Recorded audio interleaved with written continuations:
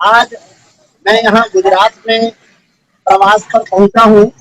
बैठके हैं, जब कार्यकर्ता लेकर जा रहे थे तभी ये विषय आया कि साबरमती नदी और उस पर बना हुआ रिवर फ्रंट, इसके बारे में अपने स्वदेशी वाणी के पाठकों को, स्वदेशी वाणी के सुनने वालों को भी बताना चाहिए।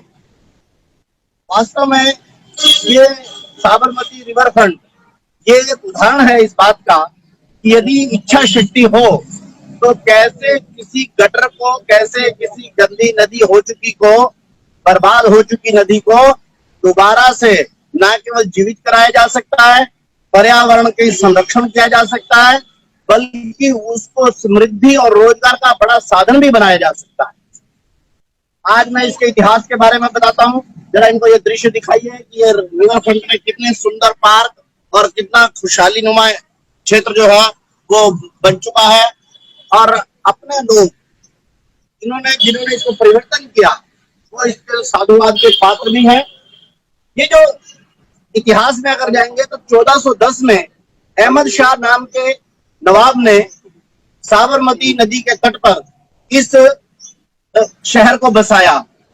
पहले तो अच्छा था और शहर नदियां जैसे रहती थी, किंतु जब से ये पश्चिमी विकास आया और उसके पश्चात से इसकी बर्बादी हुई तो 1960-70 आते आते तक ये साबरमती नदी लगभग एक गंदे नाले का रूप धारण कर गई थी।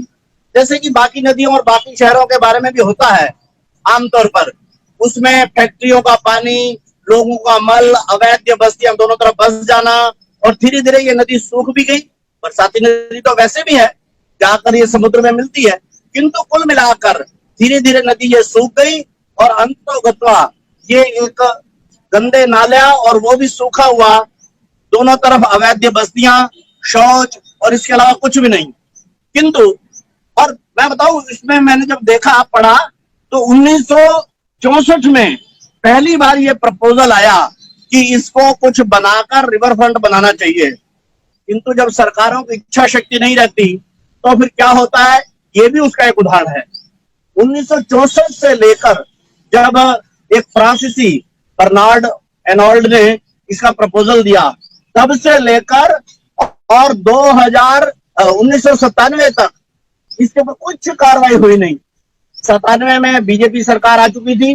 उन्होंने एक तो मामला किया कि अहमदाबाद कॉरपोरेशन के अंतर्गत यहां पर Sabarmati river front development corporation एक स्पेशल पर्पस व्हीकल बना दिया।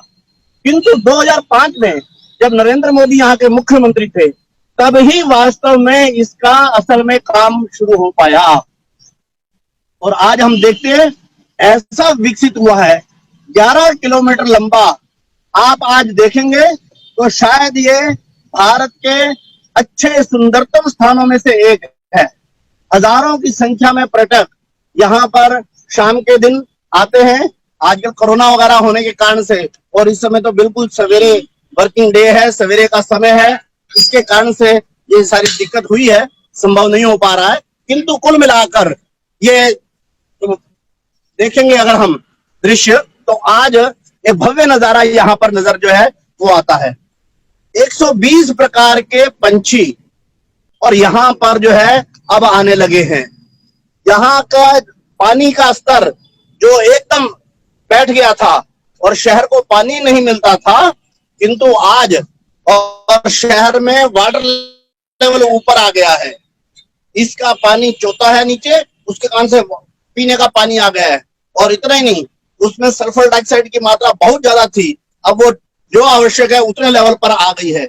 यानी कुल मिलाकर इसने अहमदाबाद के लोगों के लिए, कर्णावती के लोगों के लिए न केवल शुद्ध पानी की व्यवस्था की है, पर्यावरण को ठीक किया है, और सबसे बड़ी बात है, शहर को विदेशी पर्यटकों और भारतीय पर्यटकों के आने के लिए एक बहुत बड़ा प्रक्रिया और साधन जो है और वो विकसित कर दिया है। हम जरा देखेंगे कुल मिलाकर ये इस समय पर मैं आपको यहाँ दिखाता हूँ कैसे कैसे दृश्य है। जरा उधर फोकस करिए, बोट्स के ऊपर ये बोट्स हैं, और ये बोट्स के अंदर जो है और वो दृश्य एकदम आप देखेंगे, ये बोट्स और इन पर हो रहा है, सब प्रकार के पर्यटन के साधन है। सवेरे का समय है, इसलिए यहाँ पर अभी पर्यटक नहीं दिख रहे, कोरोना का काल भी है उसका कारण। लेकिन कुल मिलाकर अभी यहाँ पर 2 दिन पहले ही और वाटर स्पोर्ट्स की प्रक्रिया शुरू हुई है। यहाँ पर एयर क्या नाम है वो, जिसके कारण से प्लेन जो है सी प्लेन, उसकी शुरुआत पिछले 1.5 वर्ष पूर्व नरेंद्र मोदी जी ने की थी। यानी प्लेन आएगा और इसी उसमें उतरेगा। यानी ये अब गुजरात और अहमदाबाद के पर्यटन का केंद्र बना है और यहाँ से समृद्धि और रोजगार बड़ी मात्रा में निकला है।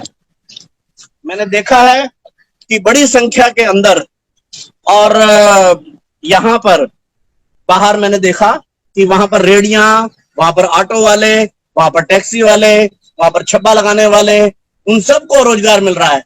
अंदर भी इसके बहुत अच्छे सारे बना दिए हैं। कुल मिलाकर इच्छा शक्ति और करने की योग्यता अगर हो तो दृश्य बदले जा सकते हैं। इस नाते से हम इसको एक उदाहरण के रूप में देखते हैं। स्वदेशी वाणी के श्रोताओं को इस प्रकार के विषयों का अध्ययन भी करना चाहिए और कैसे हम अपनी धरोहर को पर्यावरण, रोजगार, समृद्धि का साधन बना सकते हैं, उसका एक उत्तम उदाहरण है साबरमती रिवर फ्रंट। जय स्वदेशी, जय भारत।